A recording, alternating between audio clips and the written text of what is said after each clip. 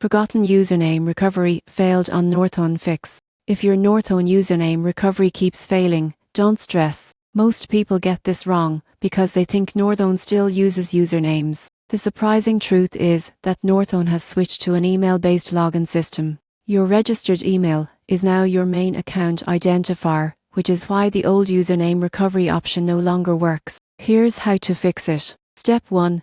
Open the NorthOne app or go to the website. Enter the email address associated with your account instead of a username. If you're unsure which email you used, search your inbox for past emails from NorthOne, like deposit notifications or account confirmations. Step 2. If you've forgotten your password, click Forgot Password and follow the instructions sent to your email. Be sure to check your spam or junk folders in case the reset email gets filtered. Step 3. If you signed up using a third-party login, such as Google or Apple, make sure you use that same method. Switching login methods is a common reason recovery attempts fail. Step 4. If you still can't access your account, contact NorthOne support. Provide your full name, registered email, and explain that your forgotten username recovery failed.